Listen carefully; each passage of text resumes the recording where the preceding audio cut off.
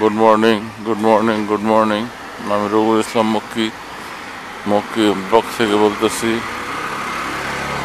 আজকে 13ই এপ্রিল, শনিবার।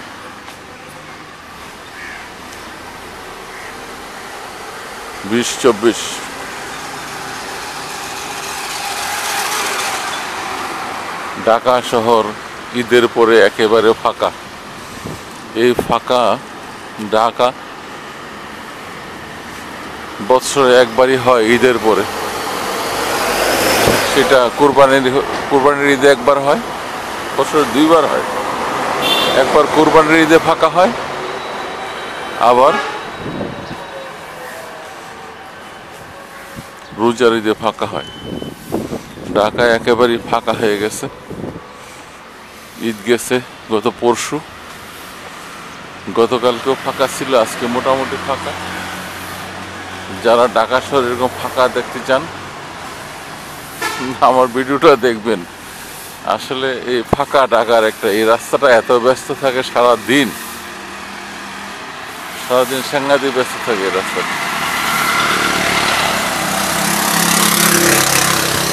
ঈদের ছুটিতে এই যে বাসগুলো সব থামে আছে, সব বাসগুলো ঘুমাচ্ছে মনে হয়, অলস দিন পার করতেছে। ঢাকা ছেড়ে লোকজন দেশে চলে গেছে ঈদের আনন্দে। ঢাকা একেবারে ফাঁকা।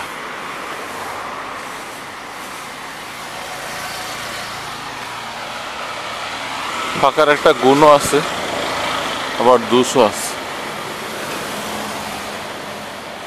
ফাঁকা থাকলে কি টাকা আসে? ঢাকা ফাঁকা থাকলে টাকা আসে না, এরকম হলে চলবে না।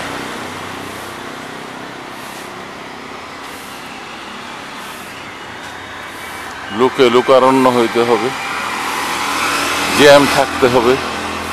আসলে জ্যামই ঢাকার সৌন্দর্য। গাড়ি থাকবে, মানুষ থাকবে, রাস্তা ভরপুর থাকবে, গরম থাকবে,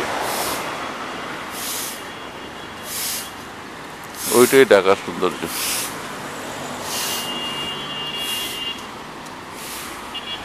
গ্রাম্য পরিবেশ হয়ে গেছে মনে হয়। আমি এখন হাঁটতেছি,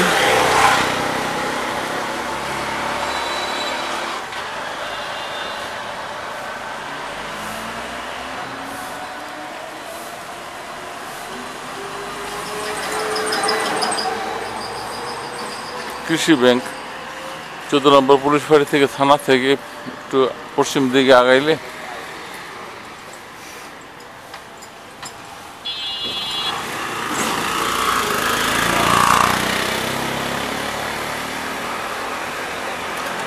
যে জায়গাটা কৃষি ব্যাংকের, যে জায়গাটা প্রিন্স বাজার, এই যে প্রিন্স বাজার জায়গা।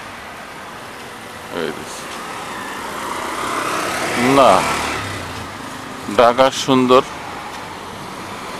যে নীরবতা নয়। ঢাকা থাকবে গরম।